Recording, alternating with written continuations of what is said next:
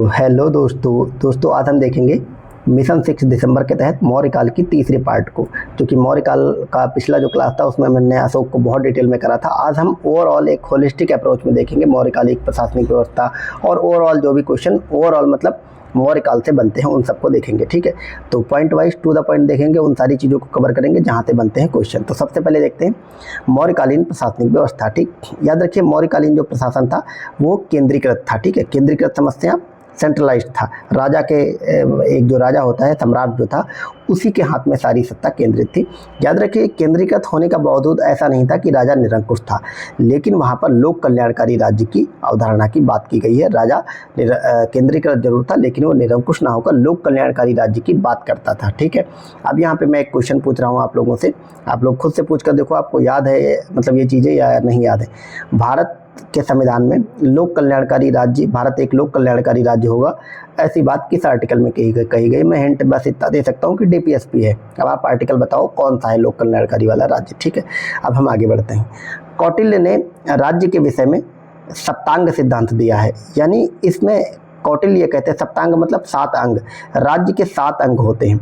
Number 1 राजा स्वयं होता है, दूसरा अमात्य होता है, तीसरा जनपद होता है, चौथा दुर्ग होता है, पांचवा कोष होता है, छठा दंड होता है और सातवां मित्र होता है। ठीक, इसको आप रट लो, क्वेश्चन आ सकता है आपके एग्जाम में और पूछ लेगा निम्न में से कौन कौटिल्य का सप्तांग सिद्धांत में शामिल है, या फिर इनमें से कोई भी 4 उठा करके, ठीक है मतलब 4 उठा करके एक ग्रुप बनाएगा 4 के, कोई एक में कोई और कुछ डाल देगा और फिर पूछेगा निम्न में से कौन अशोक के कौटिल्य के सप्तांग सिद्धांत के तहत आते हैं। तो इस तरह की चीज़ें आपको याद होनी चाहिए। इसीलिए राजा सर्वोच्च था, अमात्य मंत्री को बोलते थे। जनपद का मतलब उस समय जैसे वर्तमान में भारत के राज्य हैं। दुर्ग मतलब एक तरह से सिक्योरिटी होनी चाहिए। ठीक है, एक सिक्योर एरिया होना चाहिए राजा का। कोष मतलब पैसा, फंड। दंड मतलब समाज में अच्छा कार्यकाल चलाने के लिए दंड का प्रावधान होता है। और मित्र, राजा का कौन मित्र है कौन शत्रु, ये सब चीज़ें। ठीक है, अब हम कुछ टर्म देखेंगे इस काल। इसमें जो सबसे इंपॉर्टेंट है वो टर्म है, क्योंकि टर्म से आपके एग्जाम में ज़्यादा क्वेश्चन आते हैं। तीर्थ, अगर आपसे पूछ ले कि बौद्ध काल में तीर्थ का क्या मतलब था, अब हम तो वर्तमान में तीर्थ को पिलग्रिम से समझ लेंगे, तीर्थ स्थान वगैरह से। ठीक है, लेकिन याद रखिए मौर्य काल में जो उच्च अधिकारी होते थे वो तीर्थ कहलाते थे। कौन से अधिकारी? उच्च अधिकारी।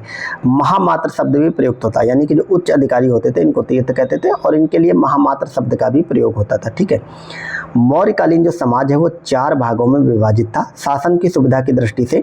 जैसे वर्तमान में आप देख रहे हो भारत हमारा 28 राज्यों में विभाजित है, इसी तरह जो मौर्यकालीन साम्राज्य था वो 4 भागों में विभाजित था।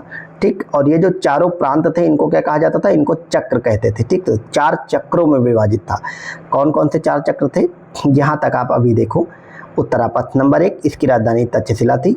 ठीक है, दक्षिणापथ इसकी राजधानी सुवर्णगिरी थी, फिर अवंती इसकी राजधानी उज्जैनी थी, और प्राची देश जिसको मध्य देश कहते हैं इसकी राजधानी पाटलिपुत्र थी। ठीक है, अब 5वां प्रांत आप कहोगे क्यों जुड़ गया?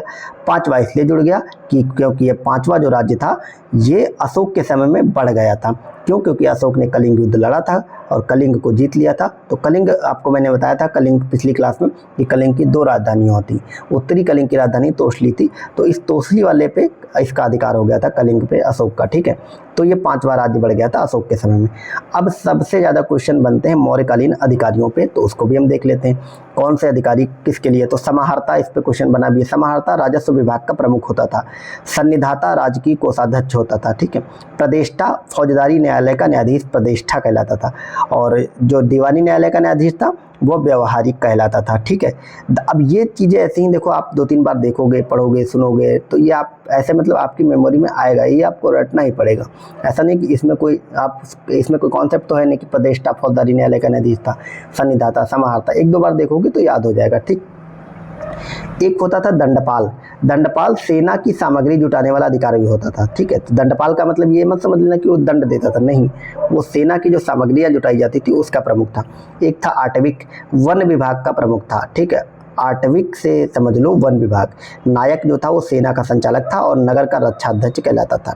अब प्रमुख अध्यक्ष देखेंगे इनके, उसमें उसके भी अलग अलग नाम। जैसे सीता अध्यक्ष किसको कहते थे? तो आपको पता है सीता राज की भूमि को कहा जाता था। सीता राजकीय भूमि को कहा जाता था। लेकिन राजकीय भूमि से प्राप्त जो आय होती थी, जिसको सीता कहते थे, उसका जो अधिकारी था वो सीता अध्यक्ष था। एक पण्य अध्यक्ष ये वाणिज्य विभाग से रिलेटेड था, इसका मतलब प्रमुख अधिकारी था। ठीक। आकाराध्यक्ष ये खान यानी माइंस जो है उसका प्रमुख था। सूत्राध्यक्ष कटाई बुनाई का प्रमुख था। विविताध्यक्ष ये चारागाह का प्रमुख था। नवाध्यक्ष ये जहाज रानी का प्रमुख था। लक्षणाध्यक्ष टकसाल का प्रमुख था। अक्षल पटालाध्यक्ष ये महालेखाकार होता था। मुद्राध्यक्ष ये पासपोर्ट विभाग का प्रमुख होता था। सोनाध्यक्ष बूचड़ खाने का अध्यक्ष होता था। पौतवाध्यक्ष मापतौल का अध्यक्ष होता था। ठीक है, तो ये आप समझ लो, ये चीज़ें जो हैं टर्मिनोलॉजी वाली, ये आपको रटनी ही पड़ेंगी। नेक्स्ट देखें अगर हम प्रशासनिक क्रोनोलॉजी पे, तो सबसे ऊंचा जो राष्ट्र या केंद्र होता था और जिसका प्रमुख सम्राट होता था, उससे नीचे प्रांत होते थे, प्रांतों से नीचे मंडल होते थे, फिर आहार होते थे। आहार मतलब जस्ट लाइक डिस्ट्रिक्ट मैंने लिख दिया है, जिले की तरह। ठीक है, और फिर स्थानीय, द्रोणमुख और खारवटिक, ये तीनों को आप एक साथ भी रख सकते हो और नहीं भी याद रखना तो इन मतलब ऊपर के चारों के बाद इनको जरूर याद रखना। संग्रहण और सबसे छोटी इकाई फिर गांव होती थी। ठीक है, ये पूरा मतलब हमने कुछ भी छोड़े बिना लिख दिया कि मान लो कभी द्रोणमुख डाल दे तो आप समझो कहाँ पे है। ठीक है, तो ये इनकी प्रशासनिक क्रोनोलॉजी थी। इसके अतिरिक्त अगर हम देखें तो हाँ, चंद्रगुप्त की जो सेना थी उसको डाकुओं का गिरोह कहता था। कौन? जस्टिन। रक्षिण कौन था? एक सेकंड, हाँ, तो रक्षिण कहते थे पुलिस को, ये याद रखना आप लोग, ये टर्म इसी तरह से आते हैं। पुलिस को क्या कहते थे? रक्षिण कहते थे। गूढ़ पुरुष किसको कहते थे? गुप्तचर को। अर्थशास्त्र में वर्णित है, तो चाणक्य का जो अर्थशास्त्र है उसमें पुलिस को रक्षिण कहा गया है और गुप्तचर को गूढ़ पुरुष कहा गया। अब क्या मौर्य काल में दास प्रथा थी? अब हम थोड़ा समाज देखेंगे। क्या मौर्य काल में दास प्रथा थी? तो याद रखिए, मेगस्थनीज और स्ट्रेबो कहते हैं कि मौर्य काल में कोई भी दास प्रथा प्रचलित नहीं थी, परंतु त्रिपिटक जो कि बौद्ध ग्रंथ हैं और कौटिल्य जो कि चंद्रगुप्त मौर्य और बिंदुसार दोनों के समय में था, उनका प्रधानमंत्री था, चाणक्य भी ये कहते हैं कि दासों का मौर्य काल के समाज में बहुत प्रमुख योगदान था, उनसे कृषि कराई जाती थी। तो यानी कि कौटिल्य और त्रिपिटक मानते हैं कि मौर्य काल में दास प्रथा थी, लेकिन मेगस्थनीज मानता है ऐसा नहीं था, स्ट्रेबो भी ऐसा मानता है। समाज की बात करें तो समाज पितृसत्तात्मक था। भाषा इनकी संस्कृत थी, प्राकृत थी और पाली थी, तीनों भाषाएं उस समय प्रचलित थी। लेकिन याद रखिए, अशोक ने पाली को राजकीय भाषा बना दिया था। मैंने बताया ना, अशोक जब उसका हृदय परिवर्तन हुआ तो उसने जब बौद्ध धर्म अपनाया, मतलब जब उसने धम्म नीति शुरू कर दी भेरी घोष की जगह पे, तो वो इतना ज़्यादा बौद्ध धर्म का प्रबल समर्थक हो गया कि चूंकि बौद्धों की भाषा भी पाली थी, तो अशोक ने पाली को राजकीय भाषा तक घोषित कर दिया था। मुद्रा की बात करें तो इनकी मुद्रा पर्ण होती थी। ठीक, मौर्य काल में मुद्रा का क्या नाम था? पर्ण होता था। स्त्रियों की अगर बात करें तो पुनर्विवाह और नियोग की अनुमति थी। मैंने वैदिक काल में आपको नियोग बताया था कि जब कोई स्त्री सिर्फ पुत्र प्राप्ति, संतान की बात नहीं, सिर्फ पुत्र प्राप्ति की इच्छा से किसी व्यक्ति के साथ संबंध बनाती है तो उसको नियोग कहते हैं। ठीक है, पुनर्विवाह, और अगर किसी स्त्री का पति जो है वो मर गया है तो मतलब स्त्री विधवा हो गई तो वो पुनर्विवाह की अनुमति थी मौर्य काल में। ठीक है, स्त्री को मोक्ष का अधिकार था, और यहाँ पे मोक्ष का मतलब तलाक, यानी कि स्त्री और पुरुष दोनों ही तलाक ले सकते थे। यहाँ पे तलाक के लिए मोक्ष शब्द का जिक्र हुआ है, किसमें? ये सब बातें अर्थशास्त्र से ली गई हैं। ठीक है, एक टर्म आता है छंदवासिनी। आपसे पूछ लेगा छंदवासिनी क्या था मौर्य काल में? वो विधवाएं जो पुनर्विवाह नहीं करती, तो कुछ ऐसी महिलाएं भी थी जो विधवा हो जाती, उसके बाद वो पुनर्विवाह नहीं करती थी, वो अकेले रहती थी, उनको छंदवासिनी कहा जाता था। ठीक है, एक टर्म याद रखना, रूपा जीवा। क्वेश्चन बनता है रूपा जीवा मौर्य काल में क्या था? तो वेश्यावृत्ति करने वाली जो महिलाएं थी, तो वो महिलाएं जो वेश्यावृत्ति करती थी उनको रूपा जीवा कहा जाता था। और मौर्य काल में बाकायदे एक अधिकारी नियुक्त था जो इन रूपा जीवा जो महिलाएं थी इनका प्रमुख होता था, उसका नाम था गणिका अध्यक्ष। ठीक है, गणिका अध्यक्ष जो था वो इन लोगों का प्रमुख होता था जो वेश्यावृत्ति करती थी महिलाएं, और उन महिलाओं को रूपा जीवा कहा जाता था। और एक चीज़ और याद रखना कि मौर्य काल में वेश्यावृत्ति को राजकीय संरक्षण दिया गया था, राजकीय संरक्षण प्राप्त था। ठीक है, फिर आता है एक टर्म अनिष्कासनी। ये बहुत इंपॉर्टेंट क्वेश्चन है, आपकी किताब में यहाँ से क्वेश्चन आएगा, ऐसे ऐसे टर्म मिलेंगे तो आप लोग इसको कर पाओगे। ठीक है, फिर आपको लगता है कहाँ से क्वेश्चन पूछ लिया गया है, तो जो संप्रांत घरों की स्त्रियां जो घरों में रहती थी, एलिट क्लास की जो औरतें घरों में रहती थी, उनको अनिष्कासनी कहते हैं। ठीक है, अब सती प्रथा की बात करें तो याद रखिए अर्थशास्त्र में सती प्रथा का कोई भी प्रमाण नहीं मिलता है। मेगस्थनीज के द्वारा दो नामों की चर्चा की गई है, एक तो डायोनिसस, दो नाम की चर्चा की गई है, डायोनिसस और एक है हेराक्लीस।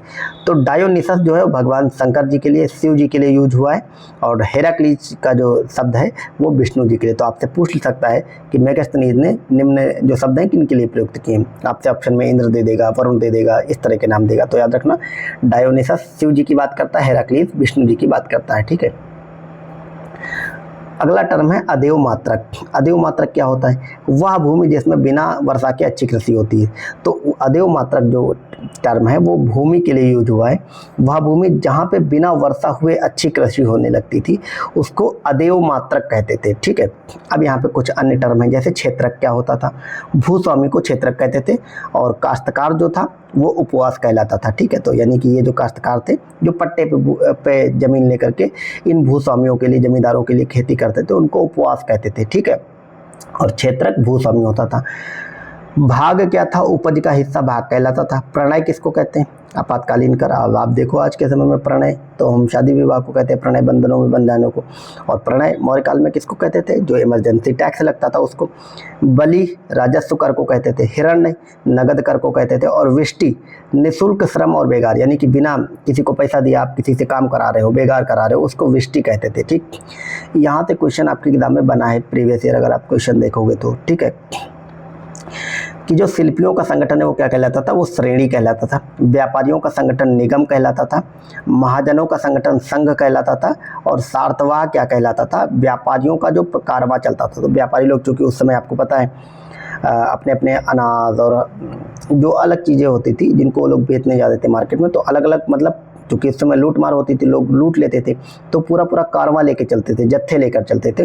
तो उनको क्या कहा जाता था? उन जत्थों को, कारवां को, तो उनको सार्थवाह कहते थे। ठीक है, ये टर्म याद रखना, यहाँ से क्वेश्चन बनते हैं। ठीक, नेक्स्ट देखेंगे करसापड़ या पण या मुद्रा। ये किसकी बनी होती थी? ये चांदी की बनी होती थी। तो यहाँ पे आप करसापड़ याद रखना, पण याद रखना, मुद्रा, मतलब ये मुद्रा तो ही है। करसापड़ और पण ये मुद्राएं चांदी की बनी होती थी। इसमें से जो पण थी वो राजकीय मुद्रा थी मुगलों सॉरी मौर्यों की। और मुद्राओं का जो परीक्षण करने वाला अधिकारी होता था उसको रूपदर्शक कहते थे। यहाँ से क्वेश्चन बनते, इसलिए मैं इन सारे टर्म को करा रहा हूँ आपको। मतलब कोई मुद्रा सच में चांदी की है, ओरिजिनल चांदी है नहीं है, ये सब जांच करता था रूपदर्शक। फिर निष्क, सुवर्ण। सुवर्ण तो समझ ही जाओगे। निष्क जो था ये सोने के सिक्के होते थे। मासक या फिर कारषाण, ये कारकाण, ये तांबे के सिक्के होते थे। ठीक, अब कौटिल्य का जो यहाँ पे देखो, मैं ऊपर कर लेता हूँ। कौटिल्य का नाम जो विष्णुगुप्त है, कौटिल्य आपने पढ़ा होगा, कौटिल्य के 3 नाम है, चाणक्य, विष्णुगुप्त और कौटिल्य। कौटिल्य की जो बुद्धि बहुत ही कुटिल थी, बहुत तेज थी, इसी कारण इनका नाम कौटिल्य पड़ गया। ये चाणक्य इनके पिता का नाम था, इस कारण इनका नाम चाणक्य पड़ा। और याद रखिए विष्णुगुप्त जो इनका नाम है, ये कामंदक जो थे इनके नीति शास्त्र से प्राप्त होता है। यहाँ पे देखो, ऐसा नहीं कि आपको सिर्फ एक जानकारी इस पर, आपसे क्वेश्चन पूछ लेगा नीतिसार जो पुस्तक है वो किसने लिखी? तो कामंदक ने लिखी। इसी नीतिसार जो पुस्तक है जो कामंदक ने लिखी, इसमें चाणक्य को विष्णुगुप्त नाम से संबोधित किया गया है। अब एक चीज सिर्फ बचती है कि भारत में अकाल, भारत में अकाल। तो मेगास्थनीज कहता है कि मौर्य काल में किसी भी तरह का अकाल नहीं पड़ा था, परंतु चाणक्य कहता है कि मौर्य काल में अकाल पड़ा था और 12 वर्षों का अकाल पड़ा था। और यही बात जो है वो सही प्रतीत होती है, क्योंकि जब मैंने आपको चंद्रगुप्त मौर्य पढ़ाया था तो बताया था कि बृहद्रथ और चंद्रगुप्त मौर्य, और खासकर ये जो जैन धर्म मैंने आपको बताया था, तब बताया था कि जैन धर्म में जो दिगंबर संप्रदाय के लोग थे ये उत्तर भारत से दक्षिण में पलायन ही इसीलिए कर गए थे क्योंकि वहाँ पे भारी भरकम अकाल पड़ा था 12 सालों का। ठीक है, तो याद रखिए चाणक्य ऐसा कहता था कि अकाल पड़ा था, लेकिन आपसे अगर स्पेशली पूछ ले कि मेगास्थनीज के अनुसार, तो मेगास्थनीज कहता है कि किसी भी प्रकार का अकाल नहीं पड़ता था। और अगर हम इन अकालों की पुष्टि की बात करें तो सोहगौरा का जो अभिलेख है और महास्थान का अभिलेख है। ठीक, ये सब मैंने आपको कल की क्लास, परसों की क्लास, मतलब आपको मैंने मौर्य काल में जब चंद्रगुप्त मौर्य पढ़ाया था तब मैंने सोहगौरा और महास्थान बताए थे। ठीक है, महास्थान बांग्लादेश में मिलता है। इन अभिलेखों में मतलब अकाल का जिक्र होता है कि अकाल पड़ता है भारत में। ठीक है, तो ये हो गया मौर्य काल के बारे में सारी डिटेलिंग। तो ये क्लास मुझे लगता है मेरी छोटी ही रही है, और हाँ लगभग 14-15 मिनट की क्लास में हमने मौर्य काल से रिलेटेड सारी चीज़ें एक साथ कवर कर ली हैं। अब जो है मुझे लगता है क्वेश्चन बनने के लिए इतनी चीज़ें काफ़ी हैं। और क्वेश्चन बनने के लिए नहीं बल्कि मतलब ओवरऑल भी मैंने सारी चीज़ें समझा दी। यहाँ से आपका मौर्य काल कंप्लीट होता है। अब हम मौर्योत्तर काल पे जाएंगे जिसमें हम शुंग वंश, कर्ण वंश, सातवाहन वंश को देखेंगे, फिर हम गुप्त काल पे चले जाएंगे। ठीक है, तो वो ज़्यादा बड़े नहीं है, फिर गुप्त काल ज़्यादा इंपॉर्टेंट है आपके एग्जाम की दृष्टि से, तो उसको हम सिर्फ जो इंपॉर्टेंट चीज़ है उसको लेते हुए डायरेक्ट उसमें चलेंगे। ठीक है, तो ये क्लासेस कैसी लग रही हैं आप लोग कमेंट करके बताओ, और बाकी डिस्क्रिप्शन में नंबर दिया गया है यूट्यूब पे, तो जिसको जुड़ना हो जुड़ सकता है हमारे इस मिशन 6 दिसंबर के बैचेस से। ठीक है, उसमें सारी चीज़ें मिलेंगी आपको, जो भी चीज़ें मिल रही हैं, और मिलते हैं हम नेक्स्ट क्लास में। Thank you so much.